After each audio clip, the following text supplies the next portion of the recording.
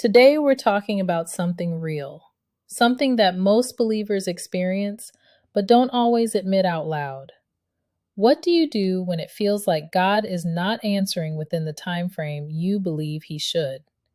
You prayed, you fasted, you believed, you sowed, you cried, you waited, and still nothing seems to be moving. Let's talk about it. First, we have to understand something foundational. God does not operate on our clock. He operates on purpose. The Bible tells us in Proverbs 3:5-6, "Lean not unto thine own understanding. In all thy ways acknowledge him, and he shall direct thy paths." Notice it doesn't say lean on your timeline. It doesn't say lean on your expectations. It doesn't say lean on what makes sense to you. It says lean not on your own understanding. Why? Because our understanding is limited. We see now. God sees the end from the beginning. Sometimes what feels like delay is actually protection. Sometimes what feels like silence is preparation. Sometimes what feels like no is simply not yet. And that brings us to Ecclesiastes 3:1. "For everything there is a season, and a time for every matter under heaven." Everything has a season. There is a season for planting, a season for growth, a season for waiting, a season for harvest. We love harvest season. We don't love waiting season. But you cannot rush a seed underground. If you dig it up every day to check on it, you will kill what God planted. Waiting is not punishment. Waiting is process and similar to a holding pattern. And then we have this powerful promise in Habakkuk 2:3. "For the vision is yet for an appointed time, and it hastens to the end fulfillment. It will not deceive or disappoint. Though it tarry, wait earnestly for it, because it will surely come. It will not be behindhand on its appointed day." Did you catch that? Appointed time. Not your preferred time. Not your pressured time. Not your comparison-driven time. Appointed time. When something is appointed, it is scheduled by authority. God is not late. He is intentional. But here's where we get into trouble. When we decide to help Jesus out.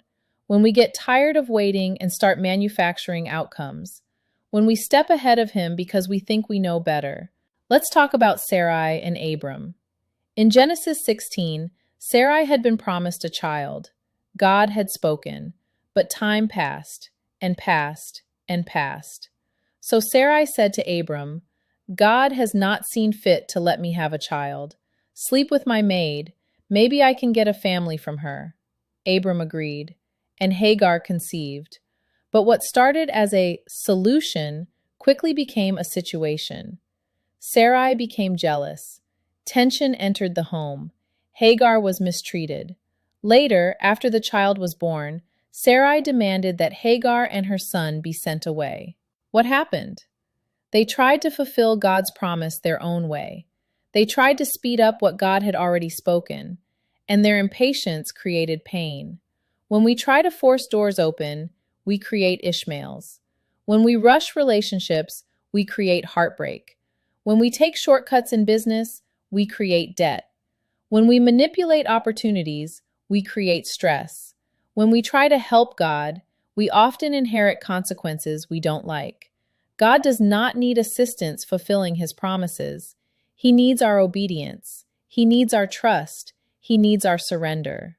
Here's the truth. Waiting reveals what we really believe about God. Do we believe he is faithful? Do we believe he is sovereign? Do we believe he is working when we cannot see? Silence does not mean absence. Delay does not mean denial. Process does not mean punishment. Sometimes God waits because he's building your character to sustain what you're asking for. Sometimes he waits because he's aligning people and resources behind the scenes. Sometimes he waits because if he gave it to you now, it would crush you instead of bless you. So what do you do while you wait? 1. Stay obedient. Keep doing what he told you last. 2. Guard your heart from comparison. Just because someone else's prayer manifested doesn't mean yours was forgotten. 3. Refuse to manufacture outcomes. Don't create Ishmaels out of impatience. 4. Keep acknowledging him. Proverbs says, "In all thy ways acknowledge him." Not just when it makes sense, in all your ways.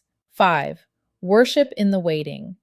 Waiting is not wasted when it deepens your dependence on God. Remember this: if God made the promise, he will fulfill the promise. Habakkuk says it will not deceive or disappoint. Though it tarry, wait.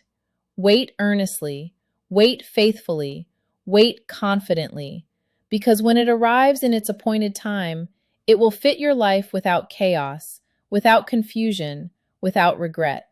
God's timing does not require damage control. So if you're in a season where it feels like heaven is quiet, lean not unto your own understanding.